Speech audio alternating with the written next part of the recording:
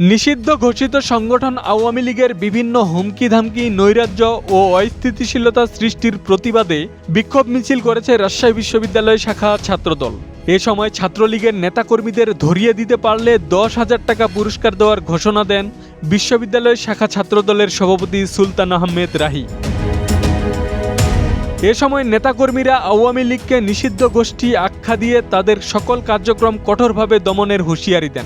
মিছিলে রাস্তাঘাটে নামিস না, পিঠের চামড়া থাকবে না, কুত্তা লীগের আস্তানা ভেঙে দাও, গুড়িয়ে দাও, স্বৈরাচারের বিরুদ্ধে ডাইরেক্ট অ্যাকশন ইত্যাদি স্লোগান দিতে দেখা যায়।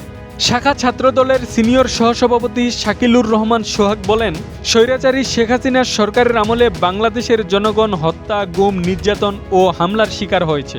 সেই প্রেক্ষাপটে বাংলাদেশের মানুষ আওয়ামী লীগের রাজনীতি আর দেখতে চায় না।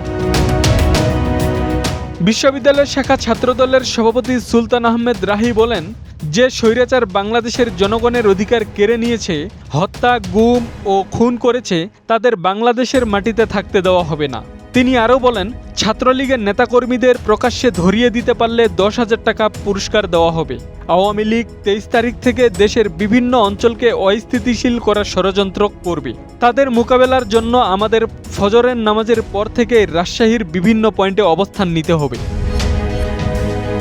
আব্দুল সালাম, প্রজন্ম 24। এই সকল নিষিদ্ধ সংগঠনের নেতা কর্মীদেরকে কেউ যদি প্রকাশ্য ধরিয়ে দিতে পারেন, রাজশাহী বিশ্ববিদ্যালয়ের ছাত্রদলের পক্ষ থেকে তাকে 10,000 টাকা পুরস্কার প্রদান করা হবে।